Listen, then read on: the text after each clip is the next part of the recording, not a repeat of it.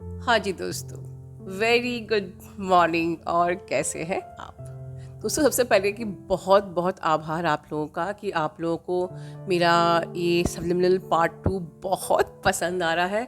आप लोगों की भर भर के मुझे टेस्टिमनीज़ मिल रही है और मैं टाइमली इसको कम्युनिटी में डाल भी रही हूँ और मुझे खुशी होती है हर टेस्टिमनी से कि मेरी और आदित्य की जो मेहनत है वो सफल हो गई है। और सफल तब उस दिन होगी जब आपको इसका 100% लाभ मिलेगा। और मेरा इंटेंशन भी यही है कि इस सब्लिमिनल को करके सबको उनका 100% लाभ मिले। सबके सप्रेस इमोशंस, सबके दुख, सबकी सफरिंग, सबके पेन्स दूर हों। सो इस इंटेंशन के साथ मैं आज का ये वीडियो शुरू करती हूँ। और कल भी मुझे एक बहुत ही इम्पॉर्टेंट केस आया था जिस पे मैं आज ही छोटा सा वीडियो बना रही हूँ, बहुत बड़ा नहीं। लेकिन हाँ, आपके केसेस से हमें ये हेल्प मिलती है कि हम उनको यहाँ पर किसी का नाम प्राइवेट करके उस पर हम डिस्कस करके बाकियों की भी हेल्प कर सकते हैं। So today I am discussing that case. देखिए, केस का मैं सिर्फ जो चलिए हम पहले समझते हैं कि क्या था केस। कल एक डीएफ आई थी मेरे पास जिनका यूनियन हुआ। बहुत खुशी की बात है क्योंकि यूनियन का तो पोर्टल स्टार्ट हो चुका है और यूनियन अब धीरे धीरे हो रहे हैं। 12 तक आपके ऑलमोस्ट अच्छे खासे यूनियन आपके हो जाएंगे। वो जो डीएफ है वो मैरिड है और उनके जो हस्बैंड है वो सोलमेट है।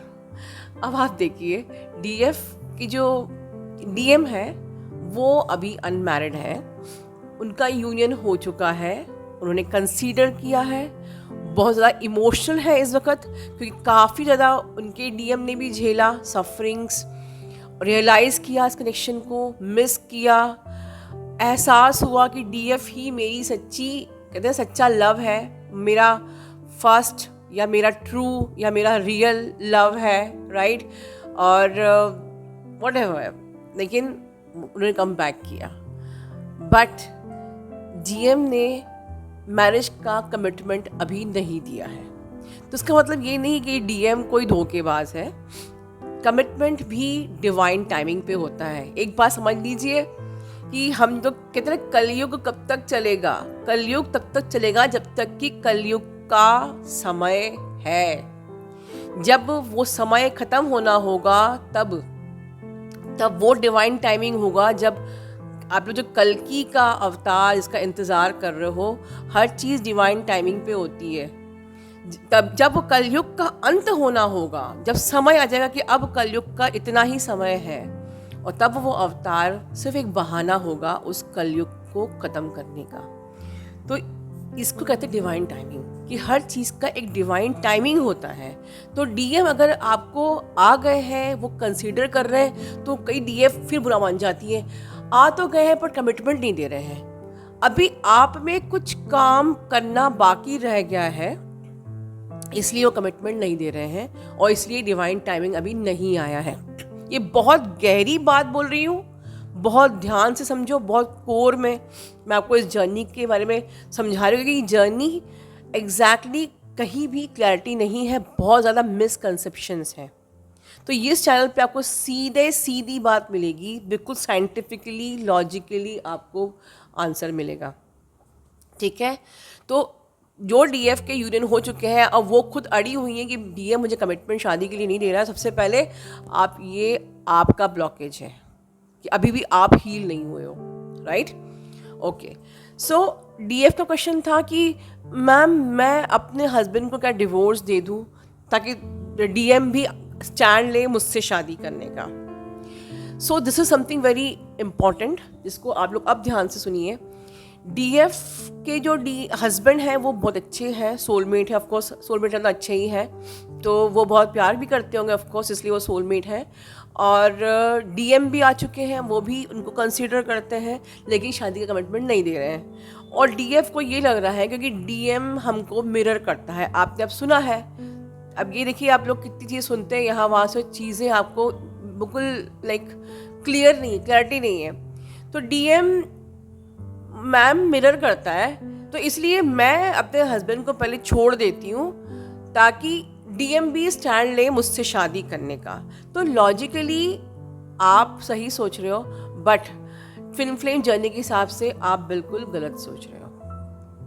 तो फिर क्या होना चाहिए? आप जब पर्सनली मुझसे बात करोगे तब सिचुएशन अलग अलग हो सकती है।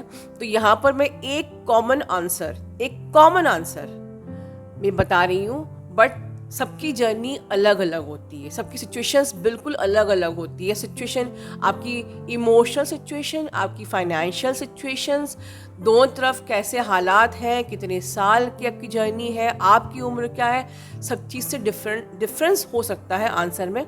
बट कॉमन आंसर यही है कि अगर आपके हस्बैंड के संग आपका अच्छा चल रहा है और आपके डीएम अभी कमिटमेंट नहीं दे रहे हैं, तो आप अपनी जो आपका कर्म बंधन है अपने पति के साथ, उसको शालीनता के साथ अच्छे से पूरा करना चाहिए। अब आप कहोगे मैम आप भी तो कहते हो कि आपका ट्विन फ्लेम आपकी मैस्कुलिन सोल है और वो ही आपका पर्पस है, और जब मेरा यूनियन हो गया तो मैं अपने हस्बैंड को क्यों नहीं छोड़ूं या वाइफ को क्यों नहीं छोड़ूं? ठीक है, तो अगर आपका ये क्वेश्चन है तो यही भी बहुत जेन्युइन क्वेश्चन है। यस, आपका ट्विन फ्लेम आपकी मैस्कुलिन सोल है, आपका फर्स्ट सोल पर्पस है।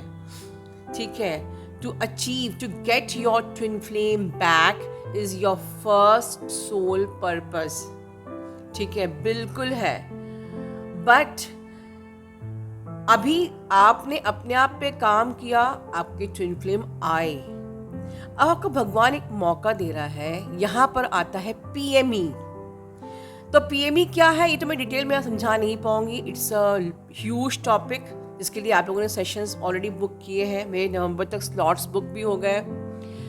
तो आपको इन शॉर्ट अपने आप को टाइम देना है एक दूसरे को, कि कल को एटलीस्ट अगर आपकी मैरिज हो भी गई तो वो कोलैप्स ना हो जाए। तो आप पेशेंस रखो, और सोलमेट के संग को आप तभी छोड़ सकते हो जब आपका उनसे कर्मा बंधन खत्म होगा। समझे? अगर आपने ये सोच के कि यार ट्विन फ्लेम आ गया, मेरा यूनियन हो गया और मैं सोलमेट को अब छोड़ देती हूँ, नहीं। आपका कर्मा बंधन अगर है तो आपका ट्विन फ्लेम भी आपको बहुत ही आपके संग वियर्ड बिहेव करेगा।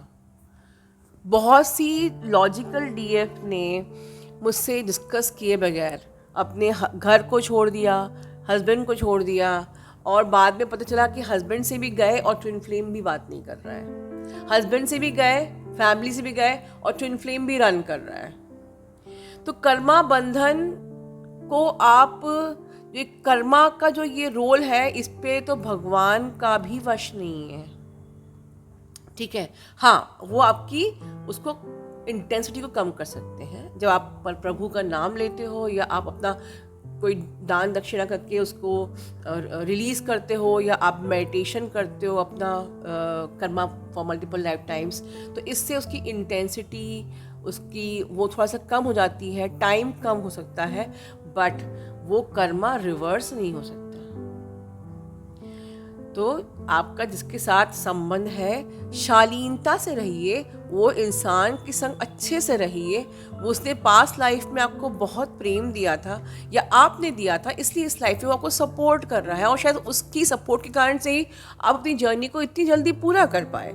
अगर आपके हस्बैंड जगह पर कार्मिक होते तो ना तो ट्विन फ्लेम का भी दर्द और पति का भी दर्द, पति का भी नार्सिसिज्म सही है, तो उससे तो आप कितने ईजीली आपको आपके हस्बैंड ने वो पीस दिया, वो पीस आपके एनर्जी फील्ड में भरा कि आप इतनी जल्दी अपनी यूनियन को अट्रैक्ट कर पाए। So you should be very thankful for your husband और वाइफ, एंड जो भी आपका कर्मा है वो पूरे अपने मन से, हृदय से अपने कर्म को पूरा करने के बाद जब डिवाइन टाइमिंग आएगा, वो पत्ता अपने आप ही पीला होगा, अपने आप ही ऐसी एनर्जी का पुल होगा, रश होगा, जैसे कि अब ये समय आ गया है हमें अलग होने का, और शालीनता से आप अलग भी हो सकते हो। ठीक है, क्योंकि हमें इस जर्नी पे जब कर्म खत्म करने हैं, कर्मा बैगेज क्लियर करना है, तो हम न्यू कर्मा क्यों बनाएं? अगर कोई इंसान आपको प्रेम करता है और आपका डीएम आ गया और आपने उसको इसलिए छोड़ दिया क्योंकि मेरा डीएम आ गया, वो स्टैंड नहीं लेगा, वो जो जो कष्ट उनको होगा वो कष्ट भी तो नया कर्मा है। या मैं इमोशंस की बात नहीं कर रही हूँ। कर्मा जब तक क्लियर नहीं होता है, आपकी आपकी सोल आपको अपने आप में ऑर्केस्ट्रेट करती है कि अब टाइम हो गया है मुझे जाने का, अब टाइम हो गया है मुझे शिफ्ट करने का, अब टाइम हो गया है मुझे इस रिलेशन को एंड करने का। वो सोल की रश आप लोग अच्छे से समझते हो, क्योंकि इस चैनल पे सब लोग इतने तो अवेकन हो ही गए हैं, मुझे पता है कि अब आप लोग अच्छे से समझते हो कि अब हमारी सोल क्या गाइड कर रही है। ठीक है, 19 से इतनी मेहनत इसीलिए करी थी दोस्तों कि आज मैं चैनल पे देखती हूँ कि 80% लोग अवेकन हो चुके हैं, आपकी एनर्जी फील्ड में पीस आ चुका है, and that is the reason कि आप इतनी यूनियन को अट्रैक्ट कर रहे हो और आपकी यूनियन हो रही है और बिल्कुल होगी ही होगी, right. So that is the case. आप में से किसी की भी लाइफ में इस प्रकार से चल रहा है, आप बिल्कुल अपनी जर्नी को जिस के साथ भी है पूरा कीजिए। बट अगर ऑन द कॉन्ट्ररी, अगर आपके हस्बैंड आपको बहुत परेशान कर रहे हैं, एक्सट्रीम पुश कर रहे हैं, इतनी लड़ाइयाँ हो रही हैं, कलेश हो रही हैं, आपने बिल्कुल रिएक्ट भी नहीं किया तब भी वो रात और दिन आपका जीना मुश्किल कर दे रहे हैं, तो ये भी साइन है कि अब ये रिश्ता आगे चलने वाला नहीं है। तो उस जगह पर आप बिल्कुल पहली फुर्सत में, ये सीज़न है, ये टाइम है जब आप प्लान कर सकते हो कि अब मुझे इस रिश्ते को छोड़ के आगे बढ़ना है। ठीक है, अब ये रिश्ते को यही अंत करना है। तो ये भी साइन है आपकी सोल का कि जब आपका कोई रिश्ता ऐसा हो कि अब वो हर दिन आपको सांस नहीं लेने दे रहा है, सुबह से लेके शाम तक और शाम से लेके रात तक आप हर वक्त पैनिक में हो, वो रिश्ता आपको अब नहीं सर्व कर रहा है, मतलब वो कह रहा है जाओ। ठीक है, now it's time to take stand. और फिर आप अपना, चाहे आपका यूनियन अभी हुआ हो या ना हुआ हो, फिर तब आप आराम से अपना डिवोर्स ले सकते हैं। अपने आप को आज़ाद कीजिए उस पेन से, सफरिंग से, और अपनी एनर्जी फील्ड में पीस को एम्बॉडी कीजिए ताकि आपका ट्विन फ्लेम आपकी एनर्जी फील्ड में आ सके। ठीक है, चलिए दोस्तों, अपना ध्यान रखिए। Love you all, God bless you all.